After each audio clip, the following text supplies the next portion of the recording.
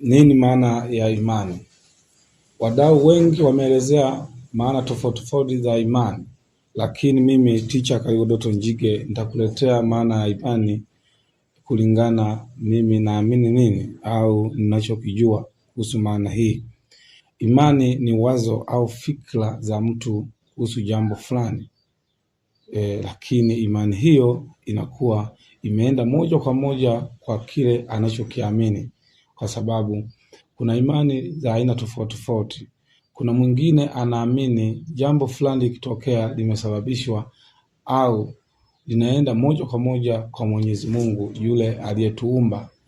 Mwingine anaamini au imani yake inampeleka moja kwa moja kwa muasisi wa lile jambo au mtu ambaye alikuwa mtu mashuhuri katika sehemu fulani, ndio yeye imani zake zinakuwa zinapelekea kwamba hilo jambo limesababishwa na yeye.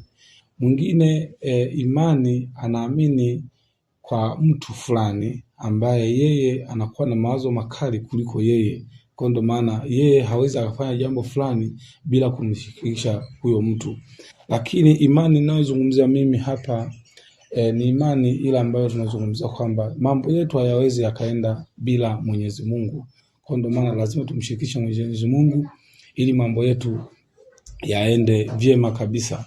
Lakini kuna muktadha au kuna fikra za watu mbalimbali kwenye swala la imani, kwamba ile imani tunayozungumzia sisi ni ile imani tunayoamini kutoka kwa Mwenyezi Mungu. Lakini sasa katika aina za imani zinagawanyika kwa sababu ya fikra za wanadamu, wala ambao wanaamini katika kwa Mwenyezi Mungu moja kwa moja, na wale wengine wanaoamini katika waasisi wao, yani wakubwa wao au watu ambao washawatangulia mbele za haki, yani tutoka hapa duniani. Nazungumzia kwamba wapagani na wale ambao wanaoenda kwenye ibada, yani kwenye majumba ya kuabudu, yani makanisani. Sasa imani inategemea wewe mwenyewe upo katika upande upi. Upo katika upande wa kumwabudu Mwenyezi Mungu au upo katika upande wa kuabudu miungu, kwa sababu kuna watu wengine wana mambo yao hayawezi yakaenda bila kwenda kwa mganga wa kienyeji au kuabudu miungu yao ili mambo yake yaende salama. Kwa hiyo leo mimi Teacher Karigo Doto Njige nitaelezea imani hizi mbili, wale ambao wanaoamini katika Mwenyezi Mungu yani makanisani, na wale ambao wanaoamini kwa miungu yao yani kwa waganga wa kienyeji ili mambo yao yaende.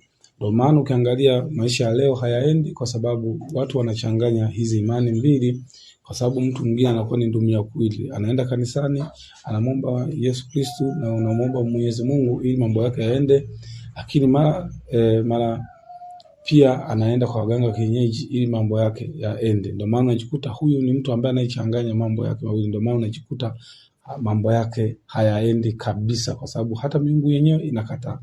Kuna watu wengine wanaoshikilia mambo yao katika sehemu moja tu, yani yeye anadili na waganga wa kienyeji, yani haendi kanisani, yeye anaamini katika matambiko kwa waganga wa kienyeji na mambo yake yanaenda. Na kuna wengine wao ni kanisani tu, yani hachanganyi, hatumii madawa ya kienyeji, haendi kwa waganga wa kienyeji, yeye ni mwendo wa Yesu Kristo na mambo yake yanaenda vizuri. Lakini hapa kinachotuchanganya ni wale ambao wanaochanganya mambo yao, yani yeye anakuwa ni dunia kuili, anakuwa ni mtu ambaye ana yumba, yani yupo kwa waganga wa kienyeji na pia yupo kanisani, na hawa ndio wanaongoza hata kutoa sadaka nyingi za kutosha kulingana na maelekezo yale ambao waliopewa. Hadi watumishi wa Mungu, wachungaji mbalimbali wanatumia masuala haya, yani wanatumia mitishamba, wanatumia mambo ya waganga ili mambo yao yaende, ili ahubiri neno la Mungu vizuri, ili awe na waumini wengi na mambo yake yaende ya kujiingiza kipato.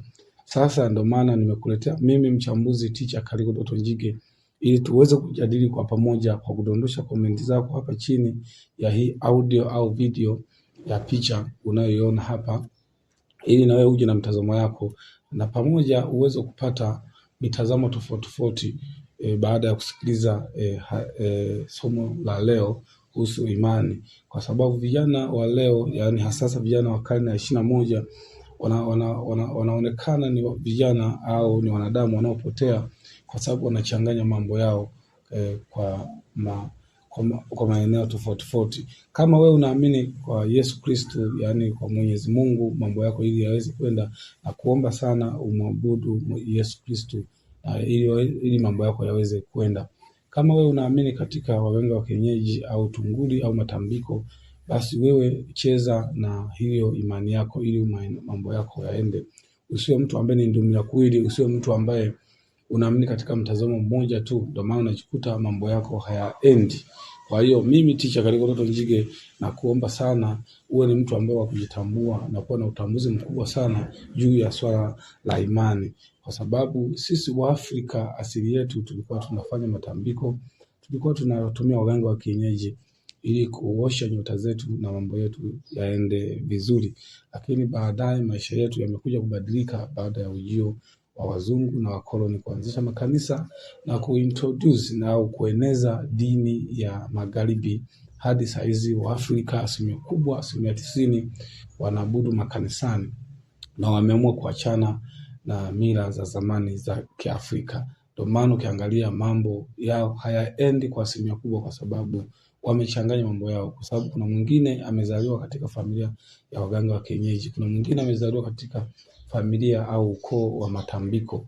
Kwa hiyo unajikuta mambo yako hayaendi kwa sababu mizimu inakinzana, yani asili au matunguli ya babu yake yaliyosimikwa chini au katika familia au katika himaya yao, ndio maana yanamsumbua. Unajikuta watoto wanaugua, wanaumwa sana, au mambo yake hayaendi kabisa, hapati mazao ya kutosha, kwa sababu yeye tayari anachanganya. Alishindwa kuongea na wazee wake, baba zake, wazazi wake, ajue shida ni nini, ili hata kama akienda kanisani watumia uchungaji waweze kutoa huo mzizi ambao uliosimikwa na mababu zake. Ndio maana nimekuletea somo hili uweze kutafakari, urudi nyuma ili uweze kuomba kwa Mwenyezi Mungu ile mizizi iliyosimikwa iweze kuachia ili mambo yako yaende. Kwa hiyo kila mtu afanye au amini kile ambacho yeye anachoamini, lakini usichanganye hizo imani zikawa mbili kabisa.